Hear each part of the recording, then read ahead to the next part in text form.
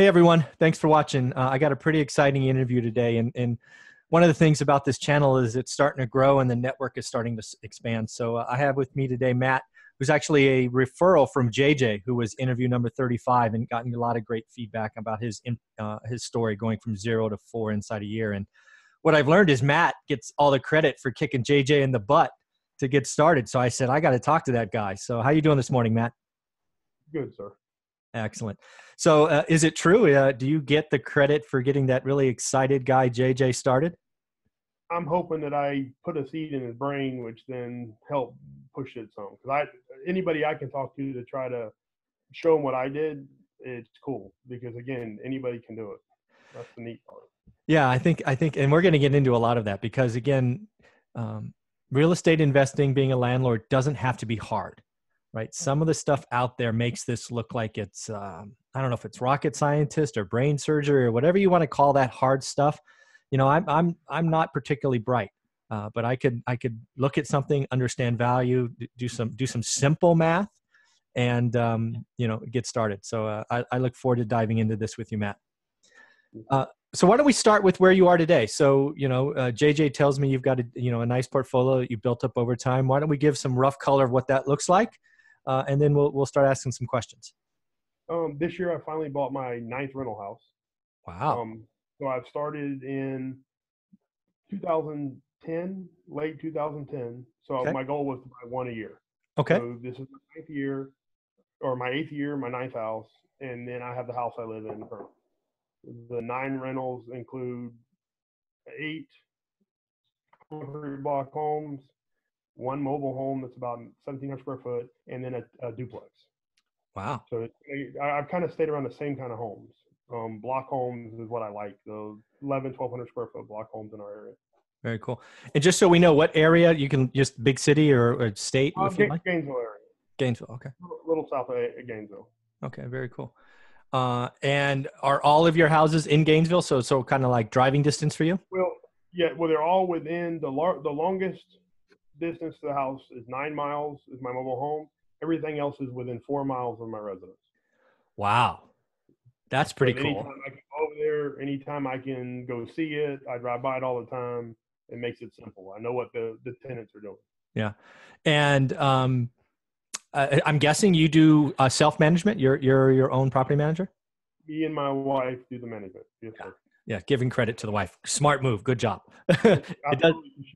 She deals with all the day-to-day stuff and all the finance part of it. Yeah. And again, that goes back to something I've always talked about. You have to have your spouse on board. And if you can get them not only on board, but involved, it's a home run. Yep. Yeah. Yeah, absolutely. Because again, and that was my hardest part, was getting her to understand the numbers that I learned from a couple other investors. So I didn't learn anything. Mostly I picked brains of other investors that are local here that I knew did a good job. Uh-huh. And I more or less bugged them. Started asking them questions and see how they did it. Because again, for somehow they did it with, and again, they have more knowledge than I do with mistakes.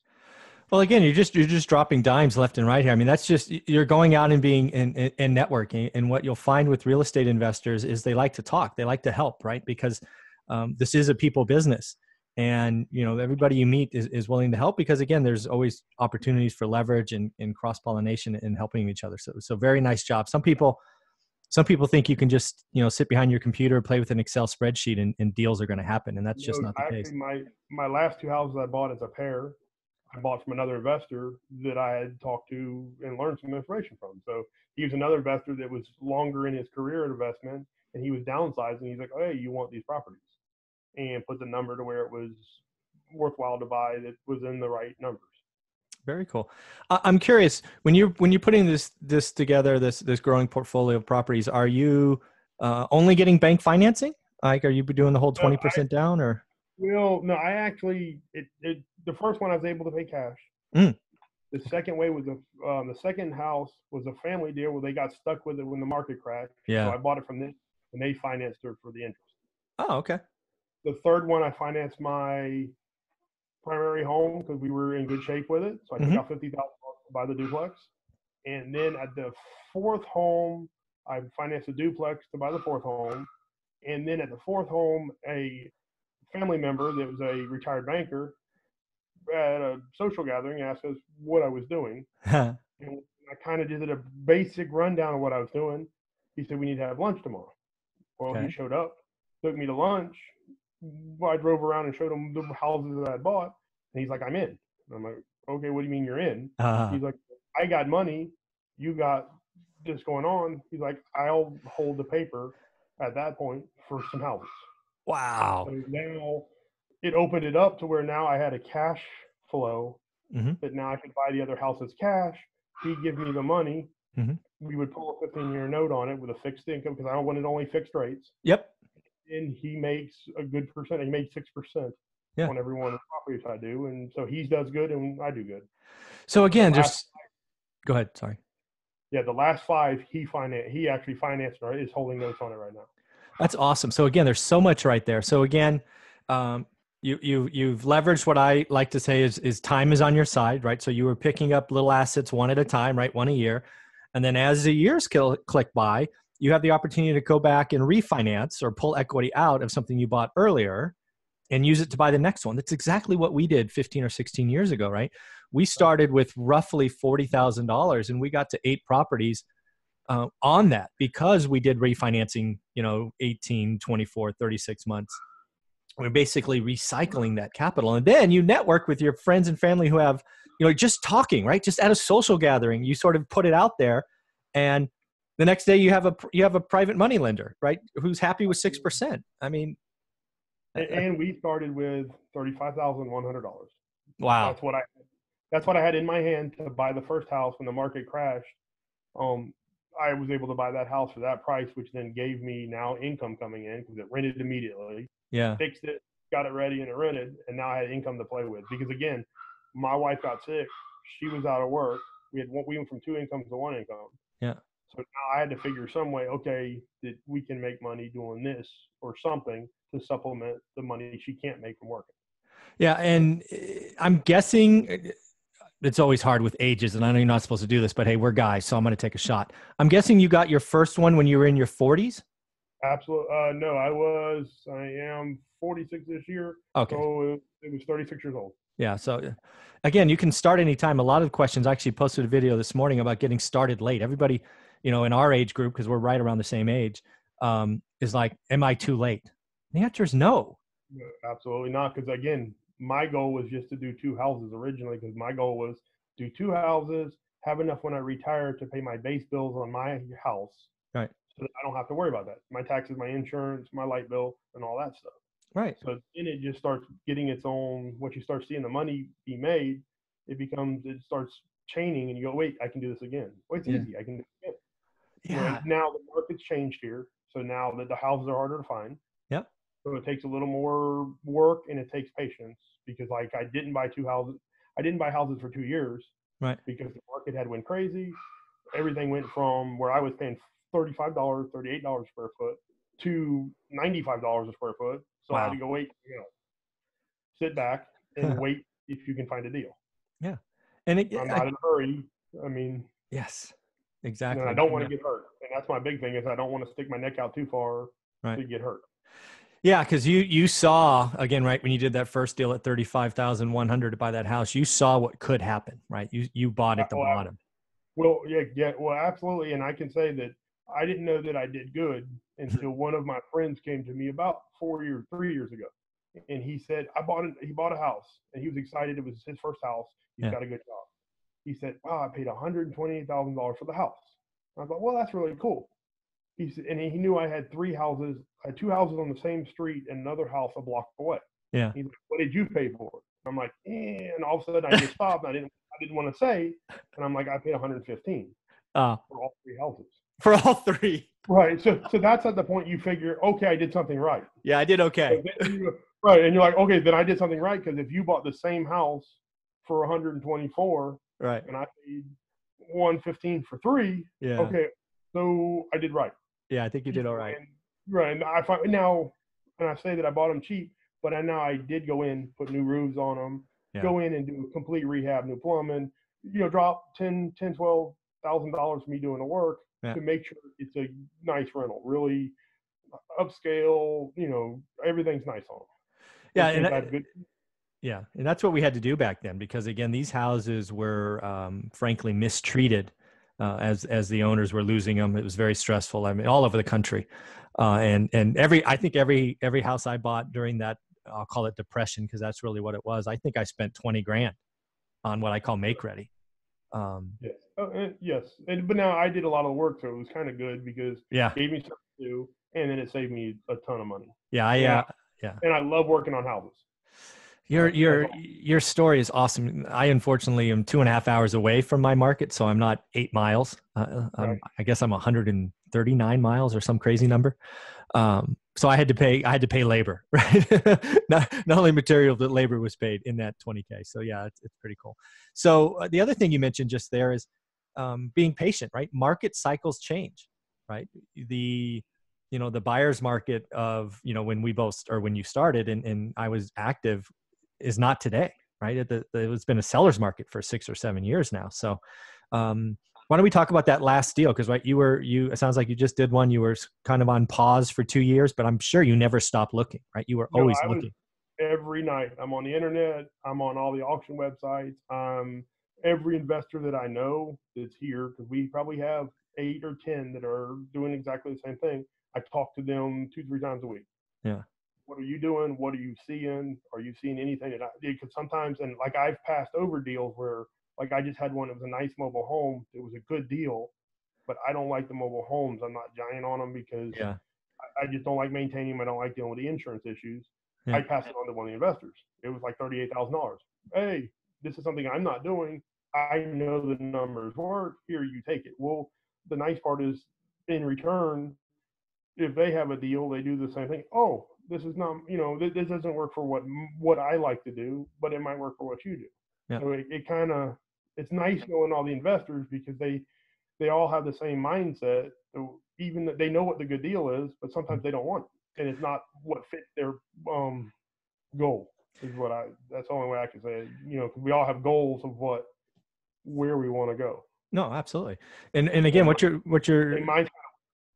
yeah, and what you're highlighting there is this whole mental shift. Yeah, mental shift, right? You can either come into this business and have a scarcity mindset where you try to think there's only one deal out there and you try to hide and you try to be on your own little island, or you have the abundance mentality where you're just open, you share, as you just did. You passed on a lead, didn't quite work for you, but you thought the numbers were good. You passed it on, and sure enough, it'll come back to you. So those are all great things. So, you want to talk about that last deal you just did after two-year pause button? I bet that felt good. Yeah, it was awesome because it was one of the ones where, again, I'm not doing any deals. Deals are high. There are people buying, but they're still out of my comfort range. And Mm-hmm. again, you get caught. This deal, the investor had the house for 20 years. Wow. He has it rented for 20 years. He had the same tenant in one of the houses for 20 years. Wow. They moved out. He decided, I'm done. So he has 2 houses. Right. Oh, no, he actually had 3 houses. One he sold to his son. He knocked on my door and said, hey, I want to sell 2 rental houses. They need work. I don't want to work on them anymore. Yeah. We came to a number which was close. I think I paid like $56 a square foot, okay, which is more than I have been paying. Right. But a lot less with the market. A lot less than where the market's at. Right. So it had a nice transition deal for him because it was literally, okay, I've already have my private money set up. Mm-hmm. 5 days, we do the title work, we're done. Right. He goes to the houses, he takes out his tools. He's like, we're done. We signed the contract, everything's taken care of. Then I had like 45 days, and then I went in and did all the rehab on the house, put a new roof on one, and they got it rented, and they rented within, literally I was done the day they were moving in. So I was still finishing little basic stuff while they're getting ready. Very cool. So, and again, that one was very simple because it was another investor. Like he said, he paid $40,000 or $50,000 for the house. He sold the one house to me for $60,000. Well, he made $10,000 or $15,000 on it, but now he had rented it for 20 years. He made $170,000. Exactly. Or $190,000 over the 20 years. The value of the house wasn't even that important to him. He got his money back plus 20 grand and moved on. Yeah. That's awesome. And again, both the story of the landlord, right? When you own something for 20 years, you let time go by, you tick off. And then when you're done, you just exit and you pass it on to the next person. Yeah, and he didn't, because again, he made so much money on it. He's like, I'm good. I'm good. I'm solid. Right. He said, well, I think he paid 46 or 47, but he sold it for 60. So I still made a profit after 20 years of making profit every month. Yeah. That's pretty awesome because again, he did it on 3 houses, which means he made 500 grand in 20 years. Wow. Or 400, somewhere in that Yeah. numbers. Yeah. Making rents about 800, 750 a month. Yeah. I love this business just for that reason, right? You get in, you do a good deal. You let time help you. You pay off. I'm sure rents are up, right? I'm guessing 20 years ago rents weren't 750. I'm guessing. I think here he said for the one house he rented for 600 for the 20 years. Oh, just flat. He never raised it. He said it was 600 when he went into it. He says the guy was a good tenant. He never called him. He never saw the guy. The guy dropped the check off every month. There you go. I would fine. He says I'm making good money off of it. He said I'm making. I think he said he's making $400 a month. He said very little maintenance because it's a simple block home. Yeah. 3-bedroom, 1 bath. It's in the cities. So there's no sewer or no septic or it's all city utilities. So it was simple. Yeah. Yeah. Like you said, I'm not going to raise the rent, which he didn't go up with the rent. He says, because it didn't make a difference to me. Yeah. Just think about that. $400 a month times 12, $4,800 a year times a decade is 48,000 times 2 decades is 96,000. Right. Oh, he did okay. Right. He said $300,000 because the 3 houses were exactly the same house. Yeah. I got you. 3 1 block houses, exactly the same houses. Good for him. And again, it was neat but the nice part is since he made his money, he could have probably made another 10 or 15 or 20 grand putting it on and dealing with real estate people and inspections and all that. I did my inspection when I went out there. Yeah. I was ready to go. We're done deal. There's no, it's simple for him. Yeah. And that's what he wanted at that point in his life. Yeah. I don't want it no more and I want out. Yeah, no, that's again, these little drops of wisdom are awesome because sometimes, right, when you're I'll call it a tired landlord or you want out or you want to stop being, whatever that word is, simple is the best. I actually just signed a contract yesterday for 2 houses. Same reason. The person's like, I know the houses need work. I'm probably going to spend 30 grand on these ones, but I got them for, 40 or 50K less than, maybe he could have gotten. It's just, it just makes sense. So him and now he can move on. Like he's actually at retirement age and he's like, I'm going to pay all my bills off. He says, and he actually bought a condo in Crystal River. And that was his goal.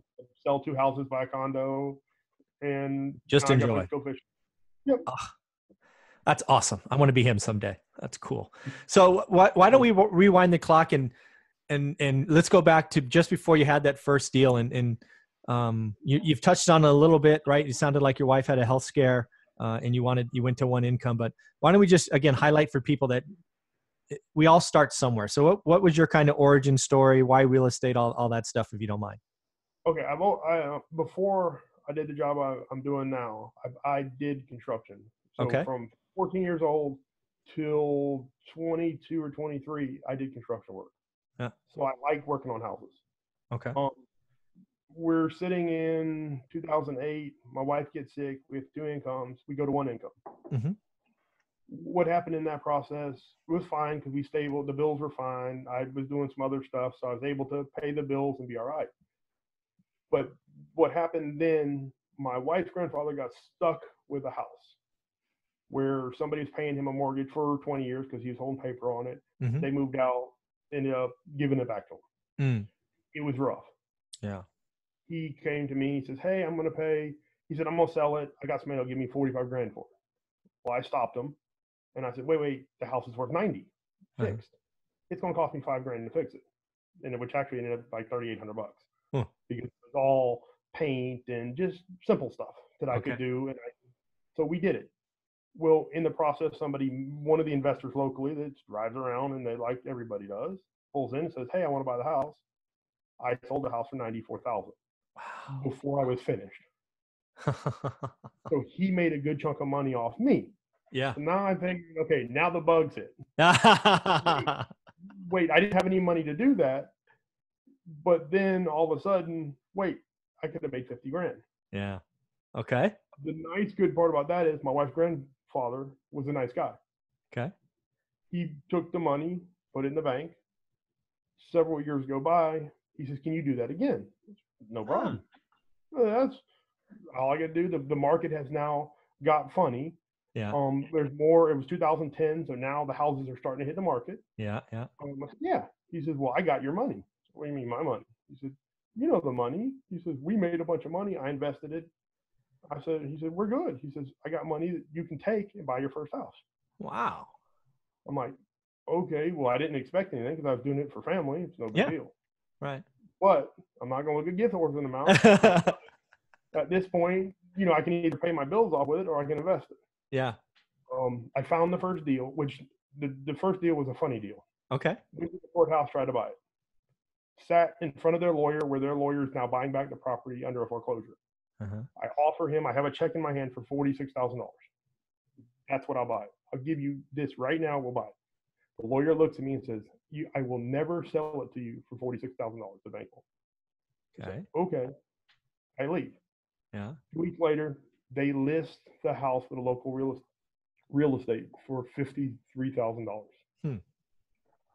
I go to the house with a realtor that I know. I get out my pen and paper and I write down everything that's wrong with the house and did an itemized list of everything. Wow. I pulled up the neighbors, like there was a sex offender in the neighborhood. I put it in the file. I put all of the issues. I went around, I counted all the foreclosed homes close to it. Wow. I made a package. Yeah. Went back to the realtor. I said, "Okay." I said, "I want to pay $35,000 for the house. I want in this package with it." The realtor was like, "No problem. I offer $35,100." And they closed it and they pay the closing. I was actually mad at that point because the attorney was kind of like, "Whatever, we're not going to sell it for that." Yeah. So I kicked the deal out and I thought, "Well, we'll go to 46, no problem." I've already offered them that. Yeah. The realtor calls me back 2 days. It's done. What do you mean it's done? I'm like, "How's it done?" I offered them $11,000 more before they paid off all the bills at the courthouse. Wow. Like, it's done. I'm like, "Wait, how? That's not okay. Whatever." Yeah. So we end up getting ready to close the deal. I go to a lawyer's office. It's the guy that was at courthouse. It's funny because then he looks at me. He goes, "You look familiar." I'm like, "Well, I'm the guy that comes to the courthouse and offered you $46,000 for it." Yeah, that's funny. And he kind of just looked at me. He shook his head. He said, "Wow, that was a pretty dumb move of us." Yeah. And then they signed the contract. So you're like, "Okay, so you saved me $14,000 or $15,000. Yeah. Like, that's awesome." Oh. So you're like, "That's neat because now I can go in and do all the repairs I want, and you guys paid for them." Yeah. That's when I understand this is a weird game because it was about numbers and about timing. Yeah. It wasn't about, whether the value changed or I guess they went to the realtor with the paperwork, whoever got it at a Rio manager looked at it and says, "Okay, all this makes sense." Yeah. And then they decided to sell the house, which again, I showed them there was 4 other houses within, half a mile or 2 miles of the residence. Yeah. They were all in the same boat. Yeah. That's and awesome. I don't know if that made a difference, but I hope it. Yeah, it clearly did. But it was also a guy that wasn't here. The Rio guy was out of New York. He doesn't know where I live or what condition the house is in. He's probably looked at one picture of it. I went in. I actually took pictures of all the inside, all of the issues, and put it in a package. I took the time to spend an hour or two to make up a little, pretty folder to go with it with all of the issues. Yeah. And I hope that helped win the deal. It certainly helped. And again, hopefully what people take away from this story is that kind of prep work or legwork, whatever you want to call it, that packet is valuable in any market. I just did a deal like that about a year ago. It wasn't with a foreclosure because obviously the market's different now, but it was with an estate sale, an heir specifically. In my example, somebody had passed away after owning property for a long, long time. So they had a great life, all that stuff, but people die, right? We just know that. And these assets were transferred to their son who lived on the East Coast, who hadn't been in Fresno in 4 decades, right? And he has no interest in coming back. So these were listed, let's just use rough numbers, for 150 grand. They weren't worth that because they hadn't been updated in 20 years. So I did essentially the same thing. I went in, I did a full detailed walkthrough. I documented everything that was with it, took honest pictures, put together a package, sent it over to them and said, this is what this is going to cost me. Oh, by the way, I do expect to make a profit, right? I don't work for free. So here's the number I'll offer you. And sure enough, 48 hours after, sending next day delivery or overnight or whatever you want to call that, we had a deal. Because again, I did the legwork, right? What's this poor guy supposed to think about? He just lost his father. He doesn't want to go back to Fresno. He has no interest in being a landlord. He hated all the work he did when he was there. And he's like, I want out and I want a fair price, right? I wasn't taking advantage of anything. I was giving them information that they could make a decision on. And I was being very clear. I expect to make a profit. So that kind of legwork is awesome. You did a great job, Matt. And it's absolutely, which I had, during that deal, I had one realtor tell me that I wasn't offering enough money. And it was interesting because they didn't want to put in an offer like I wanted them to. So I ended up using another realtor in the same office that ended up getting a house. And it gets to the point to where my numbers were right because I had looked at all the research online over and over again what they were selling for. Yeah. I knew what the number was because the houses are selling for that. So the realtor wasn't looking out for me. He was looking out how much money he was going to make because another $10,000 gives him another $300 or whatever it is. Yeah. Right. But now it costs that realtor a lot of money because now I've never bought from him again. Of course. And when I go to sell all my houses, it won't be his firm. It'll be definitely the guy across the street. And I'll waive going into it because if you treat me good on the front side, I'll gladly sell with you on the back side. I mean, that's exactly. That's the way it goes. So that was the first one was an eye opener. Yeah. It was a interesting event. Yeah, there's so many things there. Again, you're just putting out there that people need to catch. So first, when you're in this business, you're going to talk to a lot of people where it's their job, right? You talked about a realtor not getting your price and understanding it. He's just a commission-based salesperson, he or she, right? Not to be sexist, right? Bankers, they're just lawyers, right? Your lawyer example, they're selling hours in their day job to pay their bills, right? They're not investors. But when you find an agent who's willing to work with you as an investor and understand your numbers and supports you, it's a marriage made in heaven. And you're so right. Every deal that has been brought to me by an agent and worked with me, as you call it, on the front side, I have taken care of them if I choose to exchange it on the back side. It's just what you do in this business. That is so awesome. Absolutely. I'm about to put my house that I live in now for sale. The realtor that made me 3 deals, she is the one that will be listing my house. Every time. And so my $220,000 house is what she'll be listing. So she'll make good money off of it. So the other guy wouldn't have made a lot of money off the $30,000 or $40,000 house. But my $250,000, she's going to do good on it. Yeah, that's awesome. Very cool. So I'm curious, where are you going to take this thing? So still going to do 1 a year for the next couple of years? Look out 3 to 5 years. What happens? That's my goal. Again, I thought I was going to stop after 1 or 2 or 3. But now it's kind of an obsession to find a deal. Right. I like providing the nice rental houses to nice people. Yeah. Most of my clients that I've been are long-term. Yeah. I have one lady that has been with me since the first house. In 2011, January 2011, she rented my first house. Okay. And she left for 5 months because she was going to do a buy owner. She came back to me and I found her a nicer house. And now she's in that house. And then the lady from 2012 is still in one of my rentals. The lady from 2013 that was in a duplex now lives in one of my houses. So the nice part is, again, I was keeping the rent reasonable and having a really nice place, and the folks don't go anywhere. They're staying long term, which now makes it easier for me. There's less turnover. Yeah. There's less money out when they leave, because every time somebody leaves, it costs me a couple $1,000s. I mean, just in time and clean up and getting it ready for the next person. So, so I learned a lot there. Yeah. Tenant turnover is where that's what kills cash flow, right? That'll kill a year sometimes, right? Depending on how your mortgages are set up. So is it just that simple? Treat people like you want to be treated, keep the rent fair, and people stay? That's what I think. I mean, because I got great tenants. They pay on time. They call when they have really nice houses, and they can't and I keep my rent for my existing tenants where they can't rent something as nice for Yeah. my price. There you go. I'm going to keep it fair to I make a little bit of money, Yeah. and they have a really nice place that they can't, because I got one lady that's in the house that pays $650 a month. Uh-huh. I could get 100 for it tomorrow. Wow. She's a great tenant. Yeah. No drama. Loves the house. She told me she's probably early 60s. She said, I'm going to die living in your house. She Yeah. said, I love it. I'm going to go feet first. Yeah. Right. So for what she pays, yeah, Yeah. I'm losing a little bit of money, but I'm not, because she's a great tenant. I don't Yeah. have somebody tearing up my house. I don't have, and we have a decent relationship with her. I've never had any issues. Yeah. And again, she's been there since 2012. So now Wow. we're 6 years into it. She's been making me $500 a month since 2012. It's not a bad deal. Yeah, no, it's a great deal, because again, I work at my regular job Yeah. to make a little bit of money, Right. and the renters are making me the money. Right. That's awesome. They're making my retirement. They're putting money in what I always say, which they're putting money in my 401k.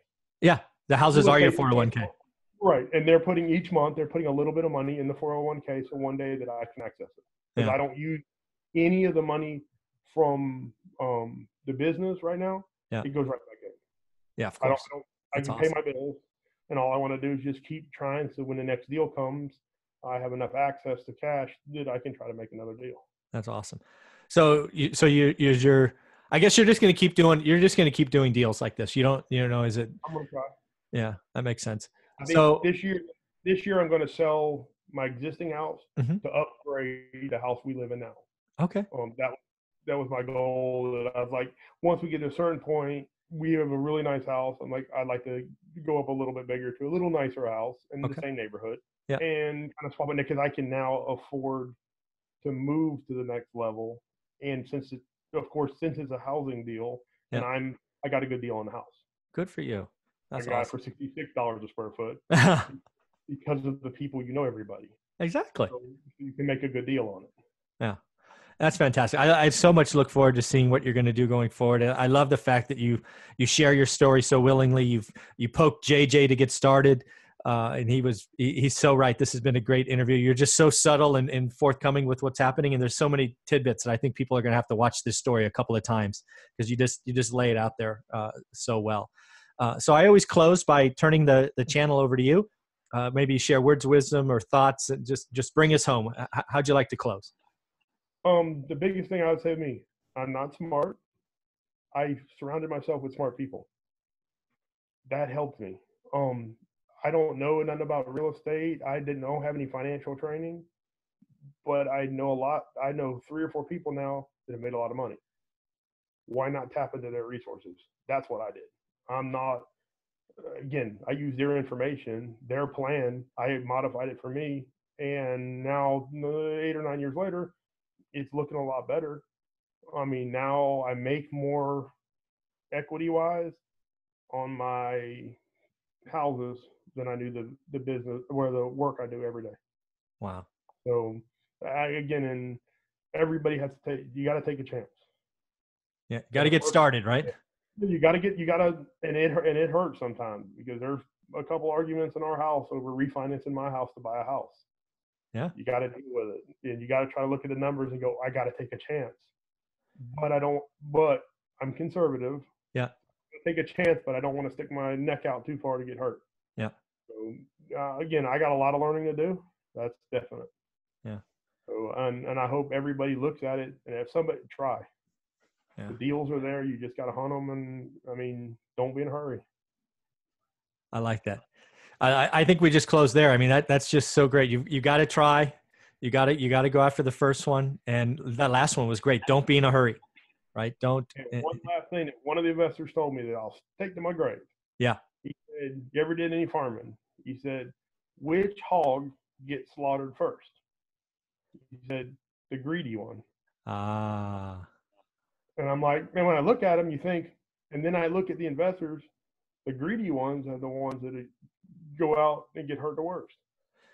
He said, so, yeah, and the whole goal was what he was telling you is kind of stay even. Don't be in a hurry. Yeah. Pick the deals that are right. Don't go look for deals and hunt deals that aren't right. Yeah. and then go in after them, it's going to cost you a bunch of money. And he's 100% right, because, I mean, everything you read now, that's what everything tells you. It's just not the old guy that was the farmer that told me that. It's got 25 rentals. Yeah. He did it in his, which was 100% right. Oh, The greedy one in there trying to grab everything and can't do it, ends up getting in trouble.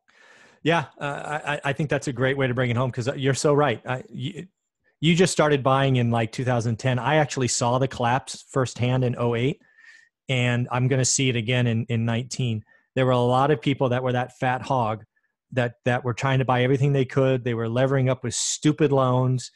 You know, they were going to RIA meetings saying, I own 35 homes in 6 states and blah, blah, blah. And, you know, fast forward 2 years, they were bankrupt. They lost everything. And, and that's my big thing. Right now, I can say out of the homes I've did, we have 9 homes, 4 are paid for. oh, it's so awesome. So, right. So the numbers starting to work now in my favor. And I would like in the next 2 years to have a 5th or 6th paid for.